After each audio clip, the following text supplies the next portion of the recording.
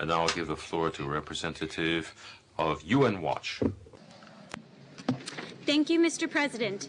UN Watch commends Special Rapporteur Diane for his valuable work in combating racism. We address two issues. First, the report before us cites Iran for 3 anti-Semitic acts.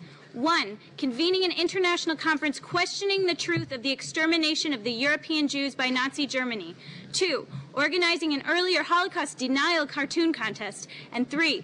President Ahmadinejad's repeated calls for Israel to be, quote, wiped off the map. Just last week, Secretary General Ban condemned the Iranian leader for his latest statement inciting to, quote, destruction of the Zionist regime. Mr. Diane, because the Iranian president continues to violate the Genocide Convention's Article 3 prohibition against incitement to destroy a national group, what steps can be taken to enforce the Convention's Article 1 obligation to prevent?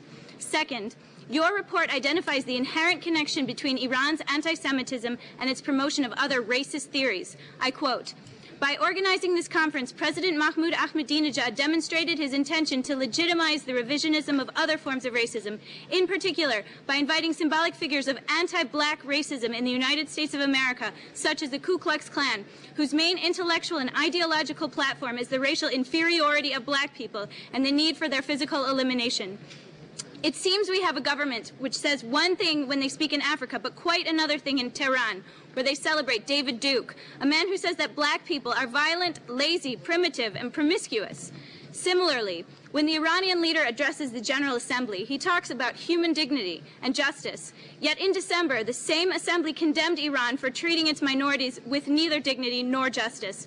Resolution 61/176 on human rights violations in Iran cites the following: increasing discrimination and other human rights violations against persons belonging to ethnic and religious minorities, including Arabs, Azeris, Baluchis, Kurds, Christians, Jews, Sufis, and Sunni Muslims. The escalation and increased frequency of discrimination and other human rights violations against members of the Baha'i faith, and recent violent crackdowns on Arabs, Azeris, Baha'is, Kurds, and Sufis.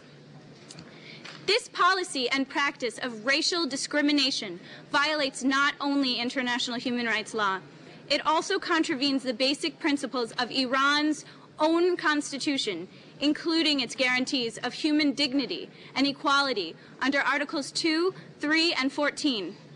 Mr. Diane, what steps can you take to further protect Iran's minorities from their government's policies of racial discrimination, xenophobia, and intolerance?